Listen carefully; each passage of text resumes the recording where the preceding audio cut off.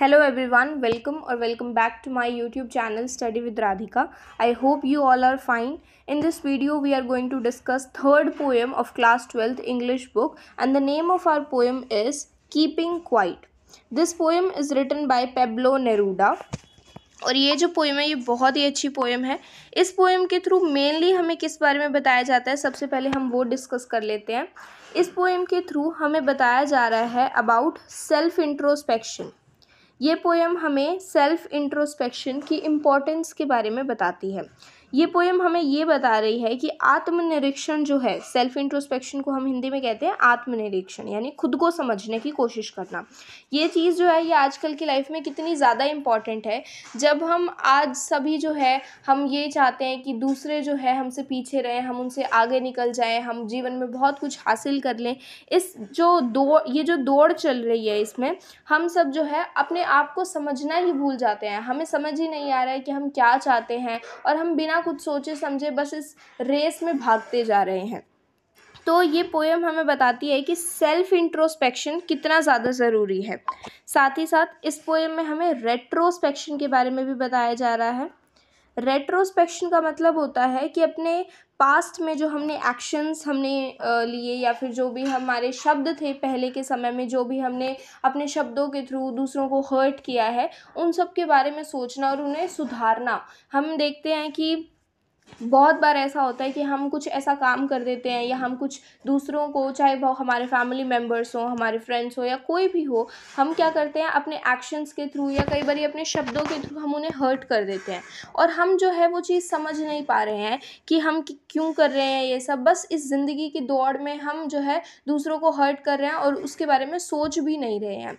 तो ये हमें बताता है कि हमें हमारे पास्ट के एक्शंस के बारे में सोचना चाहिए कि कैसे हमने दूसरों को हर्ट किया, ताकि हम आगे ज़िंदगी में उन चीज़ों को रिपीट ना करें। रेट्रोस्पेक्शन का मतलब होता है अपने पास्ट के एक्शंस के बारे में सोचना, उन्हें एनालाइज करना। इसमें हमें माइंडफुलनेस के बारे में भी बताया जा रहा है कि हम क्या करते हैं कि हम या तो फ्यूचर में जीते हैं या तो हम पास्ट में जीते हैं। हमें प्रेजेंट में जीना चाहिए, प्रेजेंट मोमेंट को एंजॉय करना चाहिए। इस बारे में भी ये पोएम हमें बताती है। साथ ही साथ ये पोएम बात करती है about healing. Now what is healing? Healing का मतलब होता है जैसे किसी को चोट लग गई तो अब वो धीरे धीरे वो चोट जो है ठीक हो रही है, तो वो क्या कह रहे हैं हम कि वो चोट उसकी हील हो रही है, ठीक हो रही है। ठीक है, तो हम क्या करते हैं, हम हमारे एक्शंस के थ्रू दूसरों को हर्ट कर रहे हैं। तो हमें इस पोएम में बताया जाता है कि कुछ समय के लिए हमें चुप रहना है, कुछ समय के लिए हमें क्वाइट हो जाना है बिल्कुल, और अपने आप को समझने की कोशिश करनी है, अपने पास्ट को समझने की कोशिश करनी है। इसी दौरान क्या होगा कि जिन लोगों को हमने चोट पहुंचाई है अपने शब्दों के थ्रू, अपने एक्शंस के थ्रू, वो भी थोड़ा हील हो पाएंगे। ठीक है, तो हीलिंग के बारे में भी इस पोएम में बताया जा रहा है। मेनली ये पोएम बात कर रही है about self introspection and the importance of keeping quiet, मतलब चुप रहने की क्या अहमियत है और सेल्फ इंट्रोस्पेक्शन आजकल की लाइफ में कितना ज़्यादा ज़रूरी है, ये हमें इस पोएम में बताया जा रहा है। इस पोएम को लिखा है पेब्लो नेरूडा ने। तो सबसे पहले हम पेब्लो नेरूडा के बारे में कुछ चीज़ें जान लेते हैं about the poet. Pablo Neruda, he was born in 1904 and he died in 1973. Pablo Neruda is the pen name of Neftali Ricardo Reis Basolto, who was born in the town of Parral in Chile. यहाँ पे बताया जा रहा है कि Pablo Neruda जो इस कविता के कवि हैं, उनका जन्म 1904 में हुआ और 1973 में उनकी मृत्यु हो गई। ये जो नाम है पेब्लो नेरूडा, ये पेन नेम है। पेन नेम का मतलब होता है कि जैसे कोई पोइट है, उसका कुछ रियल नेम है। ठीक है, जैसे सपोज़ कोई पोइट है, एग्ज़ाम्पल के लिए ये एक हाइपोथेटिकल एग्ज़ाम्पल है। सपोज़ कोई पोइट है, जैसे कि हम मान लेते हैं आर के मान लेते हैं। सपोज़ आर के किसी का नाम है, वो कोई पोइट है। ठीक है, बाद में वो अपना नाम जो है वो राम रख लेता है सपोज़। ठीक है, तो वो अपनी कविताओं में अपना नाम राम इस्तेमाल कर रहा है, तो राम क्या हो गया, पेन नेम हो गया आर के का।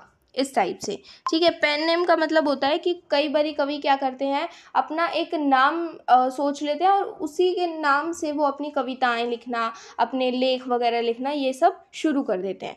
तो उनका एक्चुअल नेम तो क्या है, उनका एक्चुअल नेम है रिकार्डो रीज बेसोल्टो, और लेकिन उनका पेन नेम जो है वो है पेब्लो नेरूडा। आपको ये इतना बड़ा नाम याद करने की ज़रूरत नहीं है, आपको बस इतना पता होना चाहिए कि ये जो पोएम है कीपिंग क्वाइट, इसे लिखा है पेब्लो नेरूडा ने।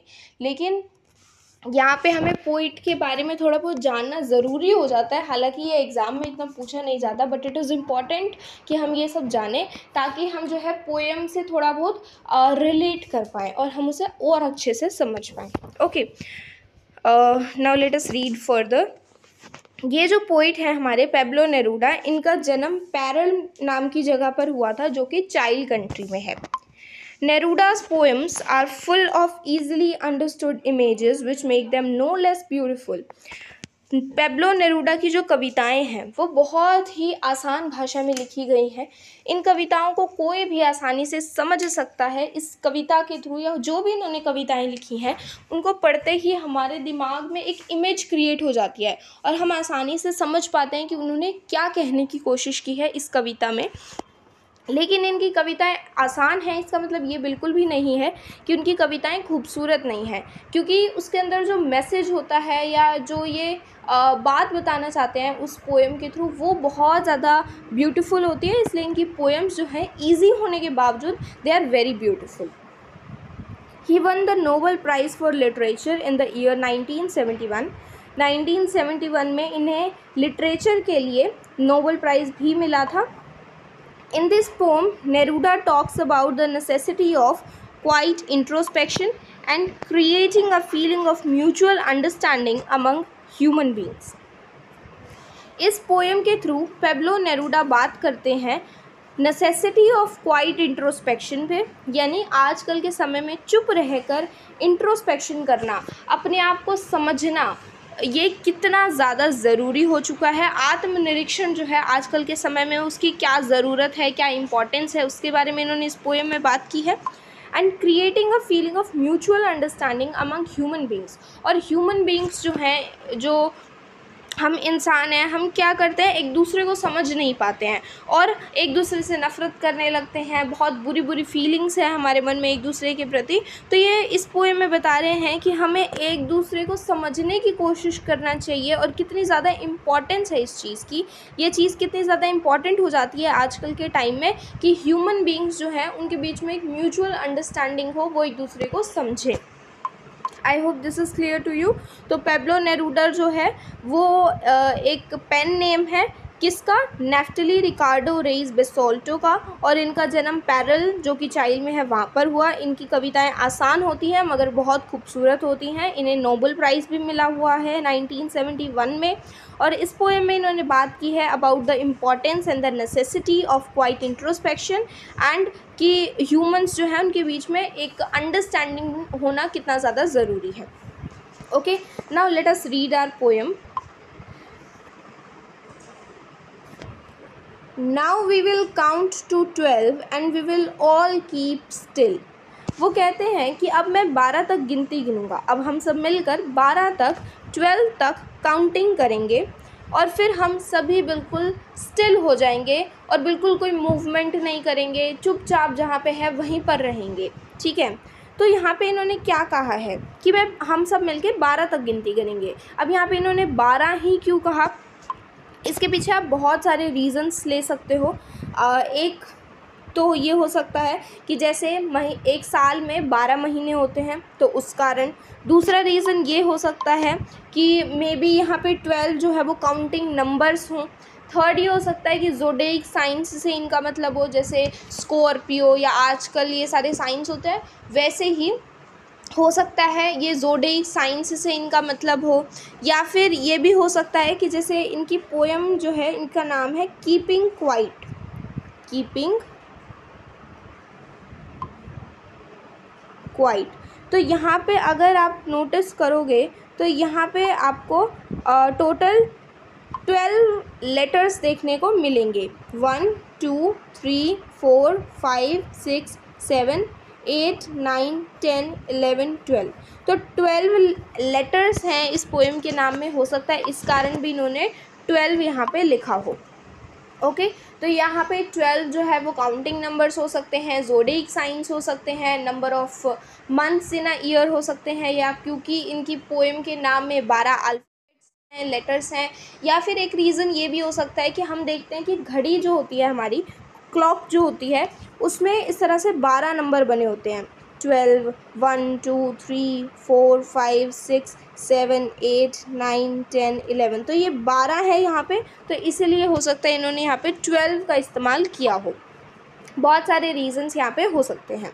तो वो कहते हैं कि अब मैं 12 तक गिनती गिनूंगा और हम सभी बिल्कुल चुप हो जाएंगे। For once on the face of the earth, let's not speak in any language. Let's stop for 1 second and not move our arms so much. सिर्फ एक बार के लिए इस धरती पर हम क्या करते हैं, हम सभी किसी भी भाषा में एक दूसरे से बात करना बंद कर देते हैं। लैंग्वेज में बात करना क्यों बंद करते हैं? क्योंकि जब हम बोलते हैं तो कई बार दूसरे इंसान को वो भाषा समझ नहीं आती, या जैसे एक इंडियन और एक अमेरिकन बात कर रहे हैं तो एक को हिंदी आती है, दूसरे को इंग्लिश आती है, तो वो दोनों अच्छे से कम्युनिकेट नहीं कर पा रहे हैं, बात नहीं कर पा रहे हैं। तो लैंग्वेज यहाँ पे एक तरह से एक बैरियर है। और कई बार बातचीत के जब हम बात करते हैं किसी से कोई लैंग्वेज में, तो कई बार मिसकम्युनिकेशन भी हो जाता है, हम कहना कुछ चाह रहे हैं और उसे समझ में कुछ और आ जाता है। तो बेसिकली कम्युनिकेशन कई बार जब हम किसी से बात कर रहे हैं तो लैंग्वेज जो है एक बैरियर की तरह बन जाती है। तो इसीलिए वो कहते हैं कि एक बारी के लिए हम इस धरती पर किसी भी भाषा में एक दूसरे से बात करना बंद कर देते हैं। Let's stop for 1 second, 1 second के लिए ही सही, लेकिन हम सभी बिल्कुल शांत हो जाते हैं, बिल्कुल चुप हो जाते हैं और अपनी आर्म्स को मूव करना बंद कर देते हैं। यहाँ पे आर्म्स से 2 मतलब है। एक तो हो सकता है हमारी जो बाजू होती है, हमारे जो बाहें होती हैं, है ना, हमारे बॉडी पार्ट जो है आर्म्स, वो है एक तो मतलब। और दूसरा हो सकता है यहाँ पे आर्म्स एंड एम्यूनिशंस, यानी हथियार जो होते हैं, वेपन्स जो होते हैं। तो वो कहते हैं कि एक बार के लिए हम क्या करते हैं, अपने हाथ वगैरह मूव करने बंद कर देते हैं। उससे क्या होगा, हम जो मशीन्स चला रहे हैं, इतना पोल्यूशन कर रहे हैं, जो हम नेचर को नुकसान पहुंचा रहे हैं, दूसरों को नुकसान पहुंचा रहे हैं, वो बंद हो जाएगा। तो बेसिकली एक तो ये मतलब है। दूसरा ये मतलब हो सकता है कि हम वेपन्स का जो इतना इस्तेमाल कर रहे हैं आजकल के समय में, दूसरों को मारने के लिए, दूसरे देशों पर हमला करने के लिए, उन पर विजय हासिल करने के लिए, उन्हें अपना बंदी बनाने के लिए, ये सब भी कुछ समय के लिए ही सही लेकिन रुक जाएगा। तो उनका कहने का मतलब है कि हम वेपन्स का इस्तेमाल करना, मशीन्स वगैरह, ये सब जो मूवमेंट हम कर रहे हैं, ये कुछ समय के लिए हमें रोक देनी है। It would be an exotic moment without rush, without engines, we would all be together in a sudden strangeness. ये एक बहुत exotic moment होगा। exotic का मतलब होता है rare and unique, मतलब ये एक बहुत अजीब सा तो नहीं कहेंगे, एक्चुअली बहुत अलग सा ये एक पल होगा। ऐसा पहला कभी नहीं हुआ होगा कि जब सारा जो रश है, यानी जो सारे लोग जो एक ज़िंदगी की भागदौड़ में लगे हुए हैं, वो बंद हो जाएगा इसमें। और ये जो हम इंजन्स इतने चला रहे हैं, इतने मशीन्स वगैरह चला रहे हैं, ये भी कुछ समय के लिए रुक जाएगा। तो जब ऐसा होगा कि हम शांत हो गए हैं, कोई मशीन्स नहीं चल रही, कोई भाग दौड़ नहीं है, कुछ नहीं है, वो एक बहुत ही एग्जॉटिक, एक बहुत ही यूनिक और रेयर मोमेंट होगा। इसके बाद इन्होंने कहा है we would all be together in a sudden strangeness. जब हम सभी बिल्कुल चुप हो जाएंगे, शांत हो जाएंगे, आत्मनिरीक्षण में व्यस्त हो जाएंगे, वो जो समय होगा वो एक ऐसा समय होगा जब हम सब चुप हैं, लेकिन फिर भी हम सारे एक दूसरे से कहीं ना कहीं जुड़ा हुआ महसूस करेंगे। एक अजीब सी एक स्ट्रेंजनेस हमें महसूस होएगी, मतलब एक अजीब सी शांति होगी और हम एक दूसरे से जुड़ा हुआ महसूस करेंगे। We would all be together, यानी हम सब एक दूसरे को अपने साथ महसूस करेंगे इस अजीब सी स्ट्रेंजनेस में। Fishermen in the cold sea would not harm whales, and the man gathering salt would look at his hurt hands. ये वो समय होगा जब जो मछुआरे हैं जो कि कोल्ड सी में जाया करते हैं और जो मछलियाँ हैं, जो वेल्स हैं, उन्हें नुकसान पहुंचाते हैं, और जो लोग जो कि समुद्र के किनारे वगैरह जाते हैं, नमक इकट्ठा करते हैं, वो भी इस समय देख पाएंगे कि उन्होंने इस ज़िंदगी की दौड़ में कितना खुद को नुकसान पहुंचा लिया है। वो अपने हाथों पर देख पाएंगे, और वो हाथ जो कि ज़ख्मी हैं, जिन्हें बहुत ज़्यादा चोट लग चुकी है। तो बेसिकली वो ये कहना चाह रहे हैं कि जब हम सब चुप हो जाएंगे, शांत रहेंगे, आत्मनिरीक्षण करेंगे, उस समय हम क्या करेंगे, दूसरों को भी हील होने का टाइम दे रहे हैं। हम जो है खुद को भी हील कर रहे हैं, और जो हम और कह सकते हैं क्रिएचर्स को जो नुकसान पहुंचा रहे हैं, नेचर को जो हम नुकसान पहुंचा रहे हैं, वो भी कुछ समय के लिए बंद हो जाएगा। तो जो मछुआरे हैं वो व्हेल्स को नुकसान नहीं पहुंचाएंगे, और जो लोग जो नमक इकट्ठा करते हैं उन्हें भी समय मिलेगा कि वो अपने ज़ख्मी हाथों की तरफ ध्यान दे सकें। Those who prepare green wars with gas, wars with fire, victory with no survivors, would put on clean clothes and walk about with their brothers in the shade doing nothing. वो लोग जो कि ग्रीन वॉर्स कर रहे हैं, यानी nature के साथ जो खिलवाड़ कर रहे हैं, जो कि डिफॉरेस्टेशन कर रहे हैं, पेड़ों को काटे जा रहे हैं, इंडस्ट्रीज़ बना रहे हैं, और ये जो चीज़ें हैं, फर्नीचर बना रहे हैं, ये चीज़ें भी कुछ समय के लिए रुक जाएंगी। हम जो ग्रीन वॉर्स कर रहे हैं, यानी नेचर के साथ जो हमारी लड़ाई चल रही है, वो भी कुछ समय के लिए रुक जाएगी। वॉर्स विद गैस, यानी कई बार हम क्या करते हैं, गैसेस वगैरह के थ्रू भी लड़ाइयाँ होती हैं, तो वो भी कुछ समय के लिए रुक जाएंगी। यहाँ पे गैसेस से बेसिकली मतलब है कि जैसे जो इतने ज़्यादा आजकल जो वाहन चलते हैं, जो व्हीकल्स चलते हैं, उनसे क्या हो रहा है, बहुत पोल्यूशन हो रहा है। तो हम नेचर को डिस्ट्रॉय कर रहे हैं, उसे परेशान कर रहे हैं, उसे डिस्टर्ब कर रहे हैं, तो ये चीज़ भी रुक जाएगी। तो ये जो हम पोल्यूशन कर रहे हैं, यानी पोल्यूशन एक तरह से वॉर विद गैस में आ जाएगा। तो ये जो हम गैसेस से दूसरों से लड़ाई कर रहे हैं, ये भी रुक जाएगी। वॉर्स विद फायर, आग से जो हम लड़ाई कर रहे हैं, दूसरों पे जो हम बॉम्ब्स गिरा रहे हैं, ये सब चीज़ें जो है, ये सब भी कुछ समय के लिए रुक जाएंगी। ये जो लोग हैं ये सब करवा रहे हैं, यानी लोग जो ये सब इनिशिएट कर रहे हैं, अब मे बी यहाँ पे वो हिंट देना चाह रहे हैं पॉलिटिशियंस के थ्रू, पॉलिटिशियंस की तरफ, तो ये भी हम समझ सकते हैं यहाँ पे।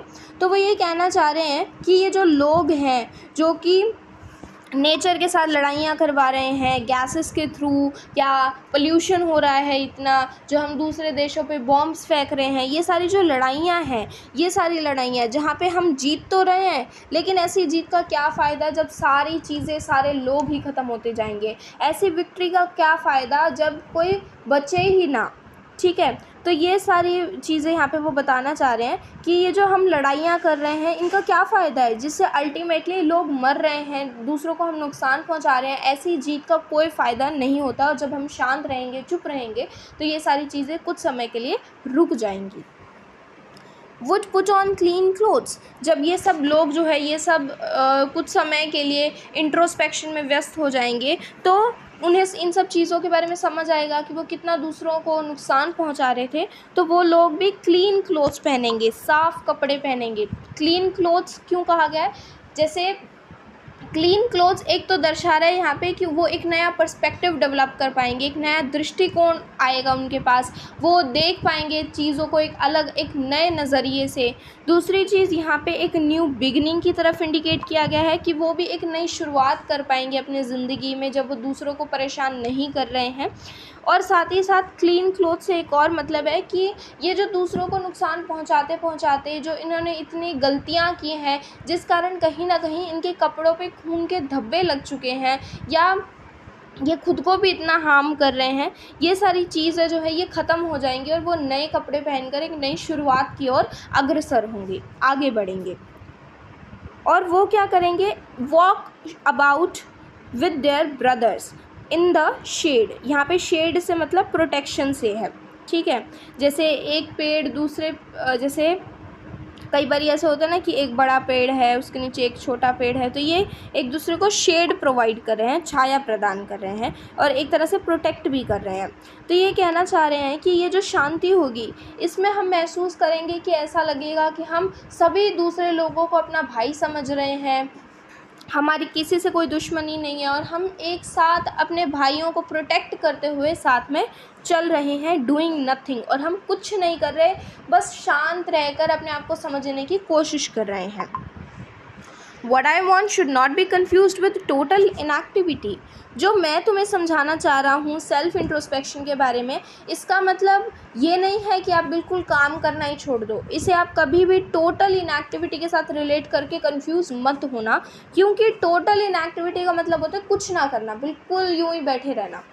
लेकिन सेल्फ इंट्रोस्पेक्शन का मतलब है आप शांत हो, आप चुप हो, लेकिन ऐसा नहीं है कि आप कुछ भी नहीं कर रहे हो, आप खुद को समझने की कोशिश कर रहे हो, आप सेल्फ इंट्रोस्पेक्शन कर रहे हो। तो वो कहना चाहते हैं कि आप काम करो, ज़िंदगी जैसी है वो तो चलती ही रहेगी, लेकिन थोड़ा समय खुद को भी दो, अपने आप को समझने की कोशिश करो, अपने एक्शंस और वर्ड्स के थ्रू दूसरों को जो तुमने हर्ट किया है उसे देखो और आगे उसे कभी रिपीट ना करो, दूसरों को भी हील होने का मौका दो, अपने ज़ख्मों पर भी तुम ध्यान दो। ये सब वो कहने की कोशिश कर रहे हैं। तो वो ये कह रहे हैं कि जो मैं तुम्हें समझाना चाह रहा हूँ उसे तुम टोटल इनएक्टिविटी के साथ सोचकर कंफ्यूज मत होना। Life is what it is about. I want no truck with death. No truck means when you refuse to tolerate something or to deal with something. जब आप मना कर देते हो कि भाई ये चीज़ मैं बर्दाश्त नहीं कर सकता, तो मतलब नो ट्रक, ठीक है। तो वो कहते हैं कि ज़िंदगी जैसी है वो तो वैसी ही है और वैसी ही रहेगी, लेकिन मैं जो हूँ मैं बर्दाश्त नहीं कर सकता कि लोगों की मृत्यु हो या आप किसी को नुकसान पहुँचाओ।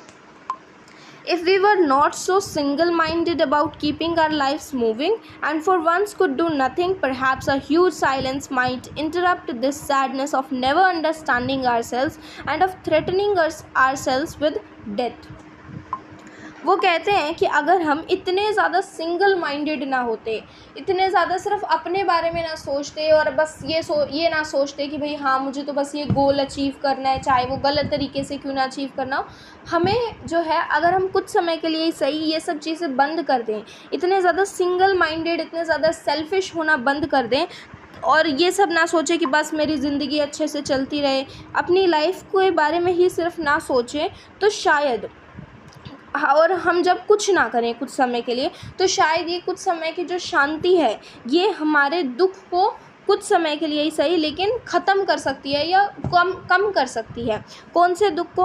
हम हमेशा दुखी रहते हैं कि हम तो खुद को समझ नहीं पा रहे और हमेशा गलत काम करते रहते हैं और एंड में अपने आप को डराते रहते हैं कि भाई मैंने बहुत पाप कर दिए, अब तो मैं मर जाऊंगा। तो अपने आप को ये जो हम डेथ से डराते रहते हैं और ख़ुद को समझ नहीं पाते हैं, इसके कारण जो हमारे अंदर जो सैडनेस है, जो दुख है, वो भी शायद हमारे चुप रहने से इंटरप्ट हो जाएगी, कम हो जाएगी या रुक जाएगी कुछ समय के लिए।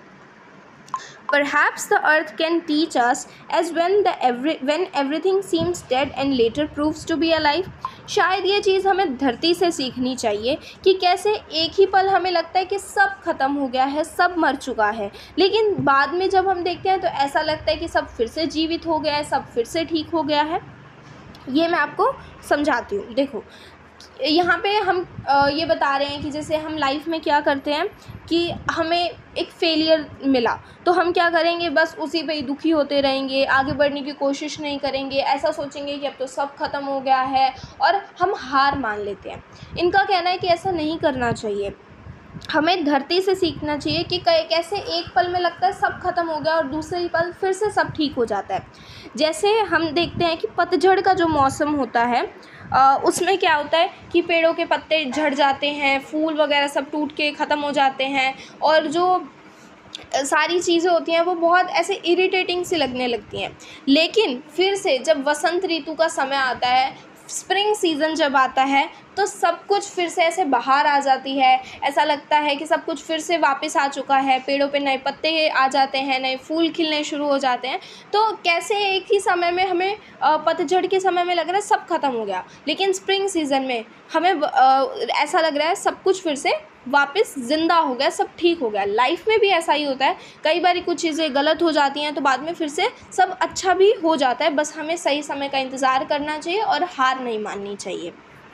ठीक है, साथ ही साथ हम एक चीज़ और यहाँ पे देख सकते हैं, इनका ये भी मतलब हो सकता है कि जैसे हमें कोई पेड़ चाहिए या कोई पौधा चाहिए तो हम बीज लगाते हैं, तो स्टार्टिंग में तो ऐसा लगता है कि कोई इफ़ेक्ट ही नहीं पड़ा, ये पौधा बन ही नहीं रहा, ये तो पेड़ में ही नहीं बदल रहा, बिल्कुल वो बीज का बीज ही है, अभी वो ग्रो ही नहीं कर रहा। लेकिन जब हम उसे टाइम देते हैं, उसे प्रॉपर पानी डालते हैं, सारी चीज़ें करते हैं, तो धीरे धीरे वो जो है उसकी ग्रोथ हमें देखने को मिलती है। वैसे ही हम जो है चीज़ें लाइफ जो होती है उसमें चीज़ें स्लो होती हैं, धीरे धीरे सारे काम होते हैं, तो हमें जल्दबाजी नहीं करनी चाहिए और ख़ुद पर विश्वास रखना चाहिए। तो यहाँ पे ये मतलब है इस स्टैंजा का। नेक्स्ट कहते हैं ये, now I will count up to 12 and you keep quiet and I will go. अब उन्हें लगता है कि मैंने तो जो समझाना था वो इन्हें समझा दिया है, तो वो कहते हैं कि मैं जो हूँ मैं 12 तक गिनती गिनूँगा और आप सभी जो है आप सबको चुप हो जाना है और मैं तो जा रहा हूँ। अब वो क्या कहना चाह रहे हैं कि भाई मैं जा रहा हूँ, 12 तक गिनती गिनूँगा, आप सभी को चुप होना है और अपने आप को समझने की कोशिश करनी है, सेल्फ इंट्रोस्पेक्शन करना है। तो ये थी हमारी पोएम। आई होप ये आपको क्लियर हो गई होगी। यहाँ पे वैसे तो मैंने साथ साथ आपको सारे डिफ़िकल्ट वर्ड्स जो थे उनके मीनिंग बता दिए हैं, फिर भी यहाँ पे एक डिफ़िकल्ट वर्ड का मीनिंग बताया गया है। एक फेज़ है basically, to have no truck with. इसका मतलब होता है कि जब आप मना करें कि भाई ये चीज़ मैं बर्दाश्त नहीं कर सकता। To refuse to associate or deal with, to refuse to tolerate something, जब आप किसी चीज़ को बर्दाश्त करने से इनकार कर देते हैं। I hope this is clear to you. अब यहाँ पे जो पोइटिक डिवाइसेस का इस्तेमाल किया गया है और कहाँ पे किस पोइटिक डिवाइस का इस्तेमाल किया गया है वो भी मैं आपको बता देती हूँ। तो फटाफट डिस्कस कर लेते हैं poetic devices of this poem. मैं आपको यहाँ पे स्टैंजा बाय स्टैंजा जो पोइटिक डिवाइसेस यूज़ हुए हैं वो मैं आपको एक्सप्लेन करने वाली हूँ। So let's start that. Now we will count to 12 and we will all keep still. We will, वो साउंड रिपीट हो रही है, तो यहाँ पे इस्तेमाल हुआ है एलिट्रेशन का। एलिट्रेशन का मतलब क्या होता है कि जब कोई एक हम कह सकते हैं साउंड जो है वो रिपीट कर रही हो। यहाँ पे वी विल, तो वो साउंड रिपीट हो रही है, तो एलिट्रेशन का इस्तेमाल यहाँ पे किया है। ओके, साथ ही साथ यहाँ पे इस्तेमाल हुआ है एंटीथीसिस का। एंटीथीसिस होता है कि जब दो अपोजिट आइडियाज़ आपको देखने को मिले। एक तरफ तो वो कह रहे हैं कि हम 12 तक गिनती गिनेंगे और दूसरी तरफ वो कह रहे हैं कि हम सभी फिर शांत हो जाएंगे, मूवमेंट नहीं करेंगे, कुछ नहीं बोलेंगे, बिल्कुल चुप हो जाएंगे। तो ये दो अपोजिट चीज़ें हैं, दो अपोजिट चीज़ों को यहाँ पे बताया गया है, तो यहाँ पे इस्तेमाल हुआ है एंटीथीसिस का। उसके बाद आगे है, For once on the face of the earth, let's not speak in any language. Let's stop for 1 second and not move our arms so much. यहाँ पे ये जो दो लाइन्स हैं ये लेट्स से स्टार्ट हो रही हैं। तो जब 2 लाइन्स 3 लाइन्स एक ही वर्ड से हम कह सकते हैं स्टार्ट हो रही हैं, तो वहाँ पे इस्तेमाल होता है एनाफोरा का। तो ये यहाँ पे इस्तेमाल किया जा रहा है एनाफोरा का। Okay, then it would be an exotic moment without rush, without engines, we would all be together in a sudden strangeness. सबसे पहले तो यहाँ पे रेपिटेशन का इस्तेमाल है। विदाउट तो रेपिटेशन, रिपीट हो रहे हैं ये वर्ड्स, तो यहाँ पे इस्तेमाल किया गया है रेपिटेशन का। देन यहाँ पे एलिट्रेशन भी है, क्योंकि यहाँ पे लिखा गया है सडन स्ट्रेंजनेस, स साउंड रिपीट हो रहा है, वी वुड वो साउंड रिपीट हो रहा है, तो यहाँ पे रेपिटेशन के साथ साथ एलिट्रेशन भी देखने को मिल रहा है। Fishermen in the cold sea would not harm whales, and the man gathering salt would look at his hurt hands. His hurt hands, her sound repeat हो रहा है, तो क्या होगा यहाँ पे alliteration. Those who prepare green wars, wars with gas, wars with fire, victory with no survivors, would put on clean clothes and walk about with their brothers in the shade doing nothing. यहाँ पे इस्तेमाल किया गया है सिम्बॉलिज़म का।